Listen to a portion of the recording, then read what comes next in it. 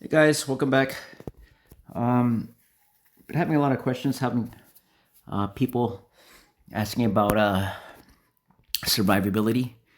So I am going to make a quick Scepter tutorial on this so everybody can see what I'm talking about. Let me go to my Scepter first so everybody can see.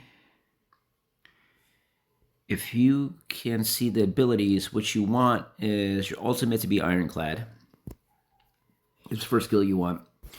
And then everything else is the other second important thing that you'll want is to have indomitable will. I like armor adaptations because it gives me less damage from artillery, cutthroat, and strategic. And then toughened armor for 10% less damage. You want to have damage reduction for this type of setup, and we'll go into that in just a second. Anything with armor increase, damage reductions, that's what you want to look at, and here's the reason why. I'll go into it now. Second ship. You'll want sacred parts.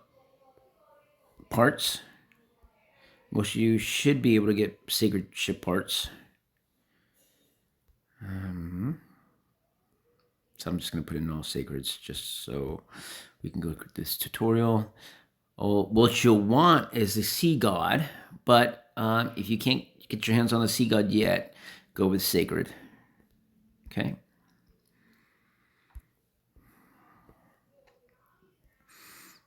And then let's go with another sacred. There you go. Now, what you want to put in here is UG, a Clut, and I'll explain all this stuff to you later. And then Callahan. So, and for this one, you'll want to go with the protection order. Okay. So your protection order will give you reducing the enemy's attack by 40% to 42% and increases your aggro. So you get a bunch of aggro generation right here. And some of these other abilities that have like aggro and armor you can get, but I negate that for damage reduction. The reason why is because if you have a Clut here, his main ability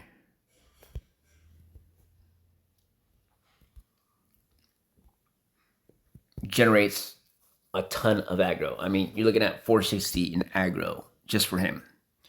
So if you put him on here, you're not really going to have to worry about the aggro part of it. You'll have that aggro set up there. The second part is UG is his indestructible body is a passive, and I'll explain that here. So you have a 3.5 durations, and it converts 100% of the damage you receive into HP regeneration. So you're getting HP regeneration. The damage you're receiving converts into HP. You're getting a crap ton of aggro, and then all your survivability. With Callahan with his abilities and all that stuff. So what you want to do is increase all of the aggro, armor, any type of survivability that you can for your Scepter. Okay. And then secondly, you'll want to put, and I'll go back to my regular sets. You'll want to additionally put any type of hero inside here that has relatively high stamina. So as you can see, I put Ahab, Tigrin, and Griffin. I could probably put somebody else with a higher star level in there. But it's importantly to have your trinkets so that you can increase the constitution. So as you can see here, I have a constitution yellow trinket, constitution 960, not increased all the way yet. This one's increased all the way to 1080. Another constitution at 100, so you're getting 800 constitution. So if you stack this up really high, you get a lot of HP, and that's essentially what you want to do for your scepter.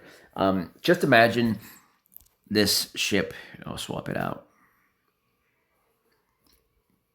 for my scepter.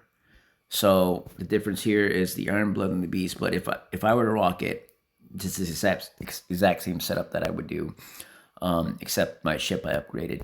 So if you can see here, you have all the beefy tank heroes. You have survivability is key to keeping your tank alive. So the longer the ship stays alive, the more heals you can do with your other ships, the more DPS you can do with the other ships. Everything else really heavily relies on keeping your tank ship alive. Secondarily, you want your secondary ship, tank ship, to be kept alive as well. So on here I have Chin, Obi, and Lila. She's only good for her buff of keeping a little bit of heals plus her buff of immunity to death one time. So with that being said, doesn't matter really where you put her because it'll save the DPS ships from dying one time. So I keep her on here while I keep all of my healers on my Steam Wing. Thirdly, what you want to look at is your enhancement. So as you can see, my Scepter's in the second position, and you'll want to look at ship enhancements. On second position, you can see all my levels are at 20, right? 20, 20, 20, 20. So I wanted the attributes for my second ship to be the highest. So 20 here, 20 here for the bonus navigator increase, and then finally on the bottom 20 here, your stats increase. So you'll want whatever position or whatever ship, excuse me, whichever ship enhancement is the highest throughout the whole tree line is where you want to put your tank ship. So for me, when I did this, I did number 2, and I did everything to 20 or higher, just so I can get all the stats that I need for that ship to be really beefed up. And that's the strategy key behind having a really successful, I could say, 3-base ship, is to have your one main ship be super high in defense, survivability, and everything else, so that it can take all the hits, all the damages, and stay alive, so that your healers, your other secondary tank ship, and your DPS ships can do the damage. Essentially, that's the tactics that you want to put together for the Scepter. It's the same thing for the Iron Blood Beast, or if you have the Stalwart Defender. I would use a hero lineup just the same, except just changing out the ship. But overall, strategy and stats for ship parts, semaphore orders, and the ship enhancements with Astral is all the same. So keep in mind your best stamina, your best defense, all that stuff you want to put and stack all on your tank ship to keep that guy alive. So you can't heal, or you can't heal a dead ship, and you can't do damage if your aggro generator isn't taking all their aggro and staying alive. So those are the two main key factors. Is what you want to do is have one ship be focused on, or first and second ship to be focused on while everybody else does the damage. So that's the tip I have for pimping out your Scepter, and I hope this video was helpful. Thanks for watching, guys.